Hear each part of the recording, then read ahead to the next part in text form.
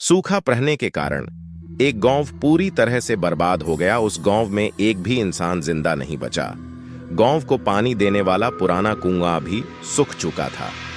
एक रात उस कुएं के अंदर से आवाज आने लगी।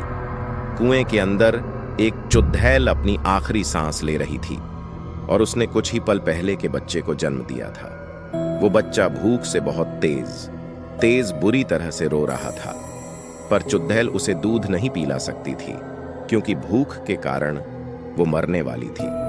उसने अपने बच्चे को ऊपर उठाया और पूरा जोर लगाकर कुएं के बाहर फेंक दिया। वो बच्चा कुएं के बाहर, चुड़ैल, मैं अब जिंदा नहीं बचूंगी, लेकिन मुझे वचन दे कि तू मेरा बदला जरूर लेगा।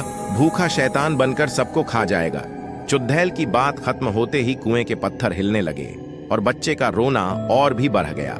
कुएं के सारे पत्थर एक एक कर अंदर चुड़ैल पर गिरने लगे। चुड़ैल की भयानक चीखें निकल रही थीं। देखते ही देखते पूरा कुआं पत्थरों से ढक गया। चुड़ैल के मरने के बाद वो बच्चा रोते रोते वहां से गायब हो गया और फिर कभी नहीं दिखा।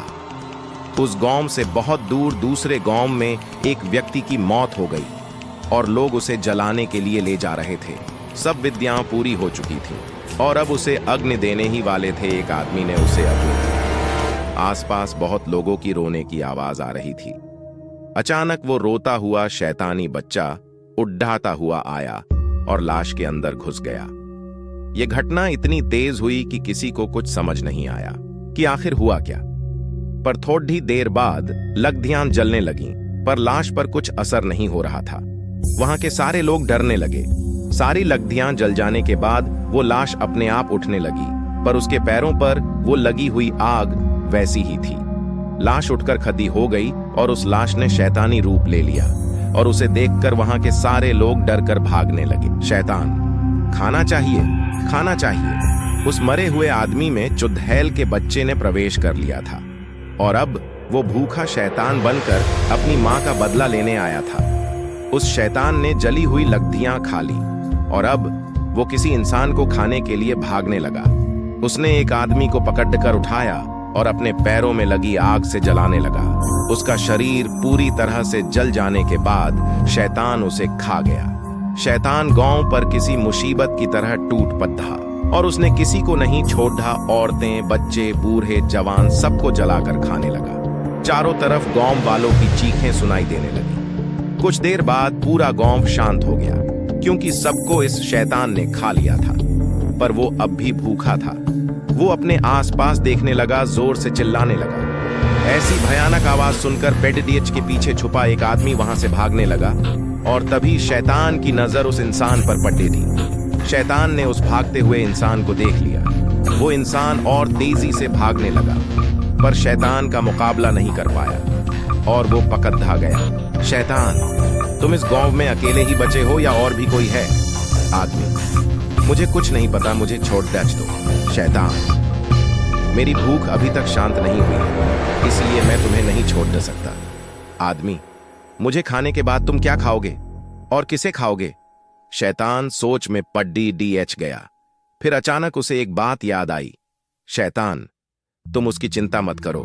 मेरी भूख सिर्फ इंसानों की मोहताज नहीं, मैं जानवरों को भी खा सकता हूं। आदमी, तो जाओ जानवरों को खाओ और मुझे छोड़ दो, मैं तुम्हारे पैर पढ़ता हूं। जैसे ही वो आदमी शैतान के पैर पकड़ने के लिए नीचे झुका, पैरों की आग ने उसे जलाना शुरू कर दिया और थोड़ी ही देर में वो पूरी तरह से जल गया। शैतान, मूर्ख इंसान, खुद ही मेरी आग से जल गया। शैतान उस इंसान को भी खा गया, पर उसकी भूख अभी तक शांत नहीं हुई थी। शैतान, और खाना चाहिए। इंसानों को खाने के बाद वो शैतान अब खेतों की तरफ बढ़ा। उसने सारे खेतों में आग लगा दी, जिसमें बहुत से पेड़े और जानवर जल गए। वो उन सबको खा गया, पर फिर भी उसकी भूख शांत नहीं हो रही थी। ऐसा करते करते वो शैतान सारा गांव खा गया। जमीन पूरी तरह से जल गई थी। इतने में एक गाड़ी आकर उस शैतान के सामने रुक गई। उसमें से एक लड़का उतरा और डर की निगाहों से उस शैतान को देखने लगा। लड़का, ताऊ जी, ये आपको क्या हो गया है? मुझे तो आपके मरने की खबर दी गई थी, लेकिन आप तो।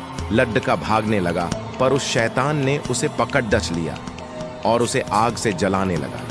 लड्डके के चिल्लाने की आवाज दूर दूर तक गूंज रही थी। शैतान उसे खा गया। लड्डके को खाने के बाद उसकी नजर उसकी गाढ़ी पर पड़ी। उसने गाढ़ी पर छलांग लगाई और गाढ़ी को जलाने लगा। जैसे ही गाढ़ी ने आग पकड़ी, थोड़ी ही देर में गाढ़ी फट गई। गाढ़ी के साथ साथ शैतान के शरीर के भी टुकड़े टुकड़े हो गए और वो बच्चा उस शरीर से बाहर आ गिरा। वो शैतानी बच्चा अभी भी भूख के मारे जोरों से रो रहा था और उसकी आवाज उस वीरान जगह पर गूंजने लगी।